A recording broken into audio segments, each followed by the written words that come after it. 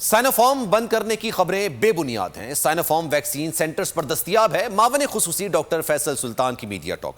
کہا جن کو سائنوفارم کی پہلی ڈوز لگی ان کو دوسری ڈوز بھی سائنوفارم کی ہی لگے گی۔ کرونا کیسز میں کمی آ رہی ہے۔ ایس او پیز پر عمل درآمد کرنے پر عوام کے مشکور ہیں۔ 40 سال سے زائد عمر کے افراد کی 12 MC سے کرونا ویکسینیشن جاری ہے۔ ماسک کے استعمال اور کرونا ایس او پیز پر عمل درآمد جاری رکھنا ہے۔ یہ جو خبر پھیلائی گئی کہ سائنوفارم اویلیبل نہیں ہے، ایسی بات بالکل نہیں، یہ کمپلیٹلی بیس لیس بات ہے۔ سائنوفارم جو ویکسین ہے اس کی اویلیبلٹی، اس کے استعمال کے بارے میں کئی دفعہ لوگ پوچھتے رہے ہیں۔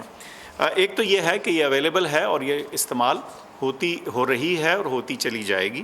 وہ تمام لوگ جن کو پہلی ڈوز سائنوفارم کی لگی وہ ضرور اپنی ویکسینیشن سینٹر پہ اپنی دوسری ڈوز ضرور لگوائیے۔ جو کووڈ کے کیسز ہیں ان میں کچھ کمی واقع ہو رہی ہے۔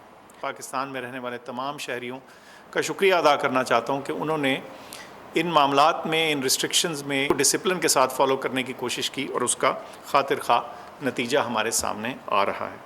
ہماری ویکسینیشن کی مہم ہے وہ انشاءاللہ جاری رہے گی۔ 16 مئی کو 30 سال سے زیادہ کی عمر کے لوگوں کی بھی رجسٹریشن شروع ہو گئی۔ جو 30 سے 40 سال کی رینج میں ہیں وہ اپنے آپ کو رجسٹر کروا سکتے ہیں۔ ان کی ویکسینیشن کا عمل کچھ عرصے بعد شروع ہوگا۔ 40 سے اوپر کے جو پاکستانی ہیں، جو سٹیزنز ہیں ہمارے، ان کی 12 مئی سے ویکسینیشن